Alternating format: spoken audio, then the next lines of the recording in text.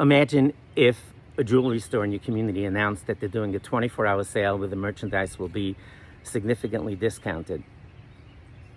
They announced that it's 7 a.m. one day to 7 a.m. the next day, and they said that the same staff will be on call the whole time.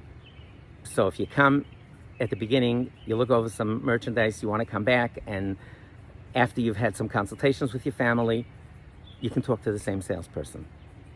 If you were a thief, I could almost guarantee you that you say, oh my goodness, what an opportunity to go steal stuff.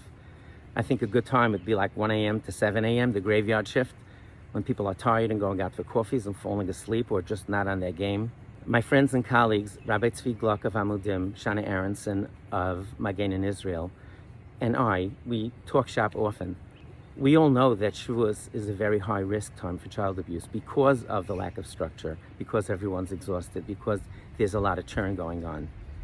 This year we're doing a collaborative campaign, not to frighten anyone. We want to empower you to look at your communities, see what you can do to improve things in a very practical and free way, doesn't cost anything, but to raise awareness and to talk about it, announce the improvements you're making, because we all know that abusers are very, very sensitive to how communities respond to child abuse issues.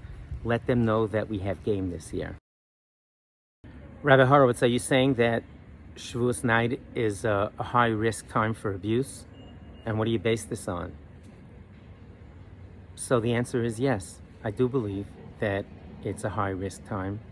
I would say Simchas Torah and Shavuos night are among the high-risk days of the year.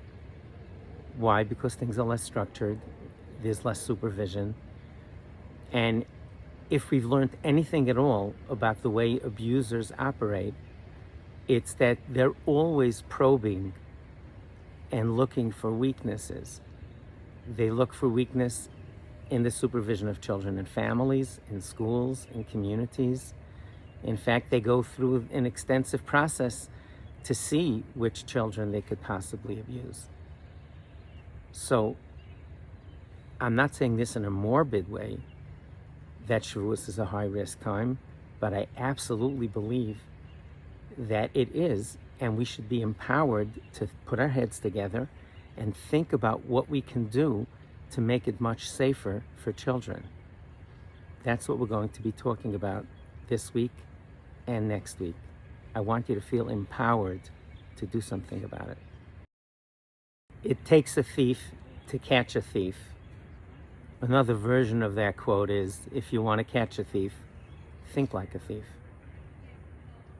If you want to do a security perimeter check around your own house and look for vulnerabilities, honestly, the best person would be a cat burglar.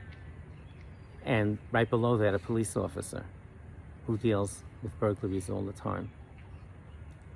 So I propose 3 phases here, 3 steps to ensure the safety of our children.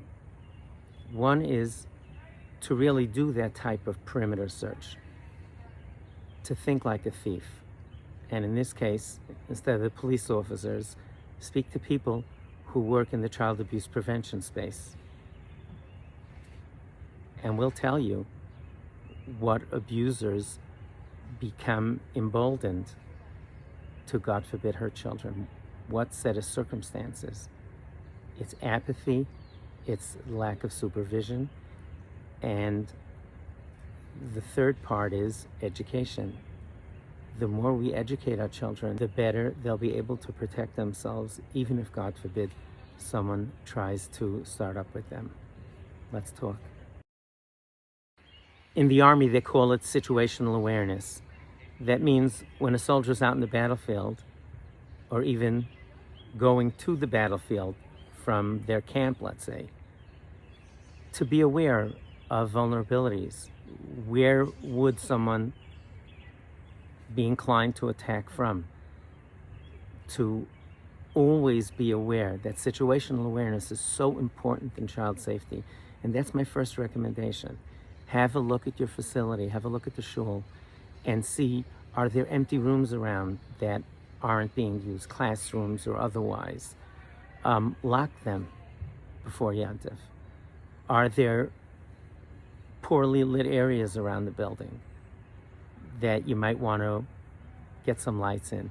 You know, they did a study in the New York City public housing space. There was a complex of 5 large buildings in the inner city, and there was a lot of crime there. They decided to put floodlights in one of the 5 buildings, and crime went down almost 30% just from those lights. Do you know why? Because the people who were committing the crime saw that building lit up and said, they got game here, I'm out. There are other buildings to go to.